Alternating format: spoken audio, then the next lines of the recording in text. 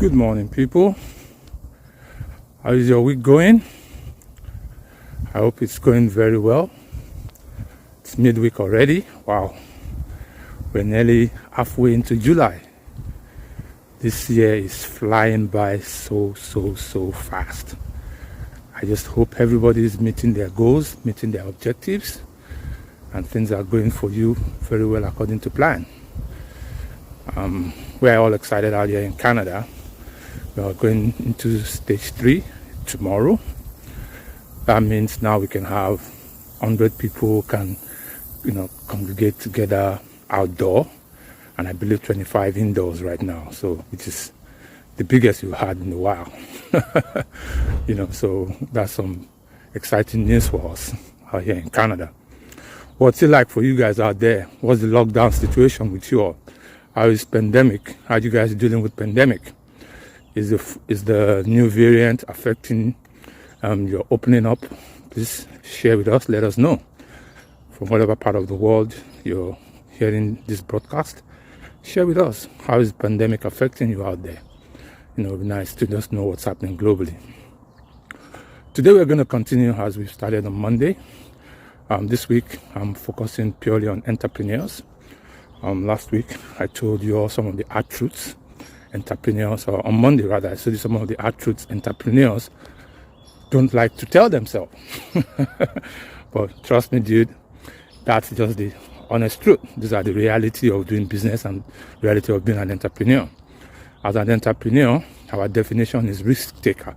We take risk, and with risk come all these facts that we just have to live by. Because once we're aware of it, then it doesn't surprise us. It doesn't surprise us when any of these uncertainties or things we don't want do happen, because we know it's part of the package. Okay. Today I'm going to continue still on that part. I'm going to be talking more about, as an entrepreneur, what are the things, the mistakes a lot of entrepreneurs do, or a lot of people do when they are going into business. One of the critical or big one is being a big thinker. You understand? Being a big thinker and trying to put a dent into the universe can actually be a problem, can be a big mistake. I'm going to go back to one of the guys I really look up to, which is Richard Branson, and what he says about that.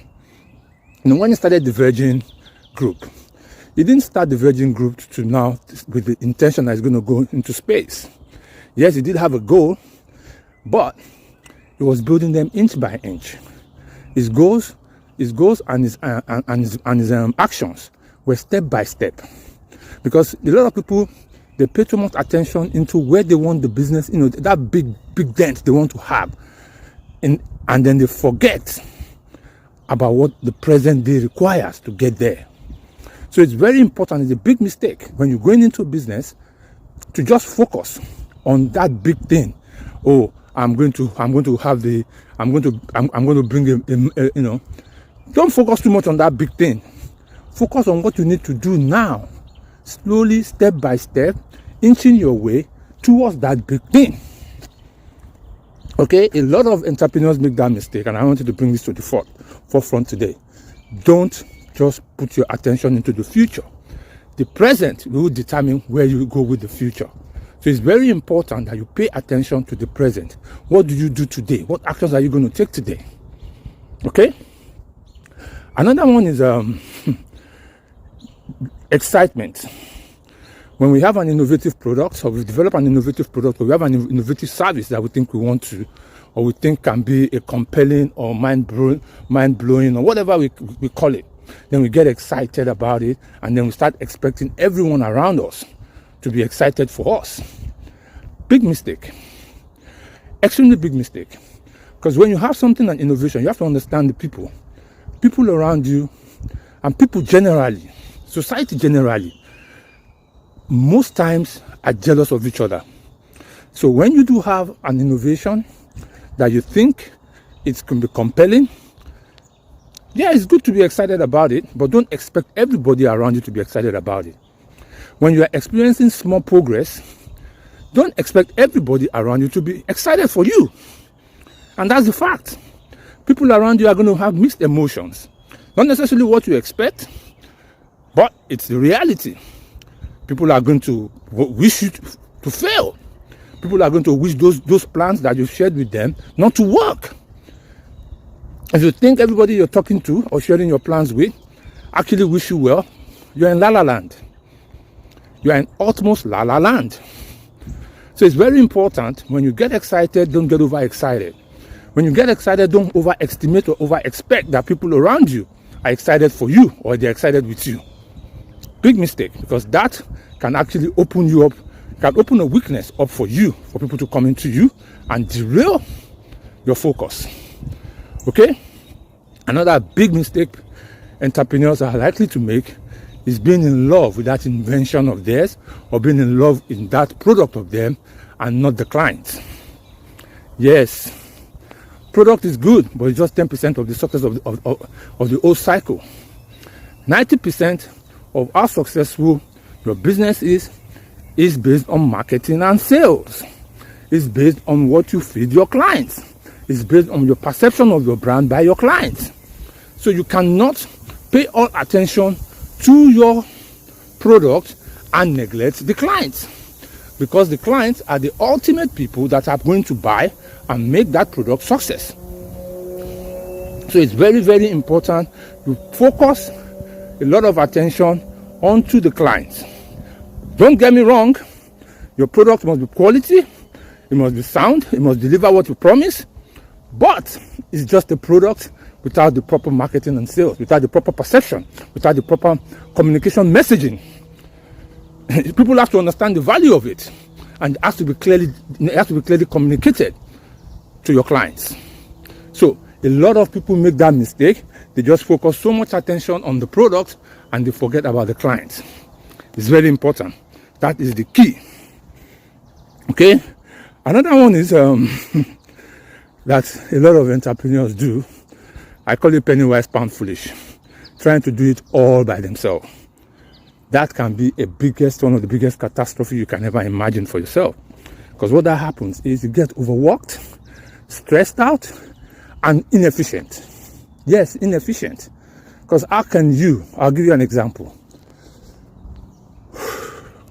You are a football, you are the coach of a football team. You are also the one that you want to keep. You also, be the goalie.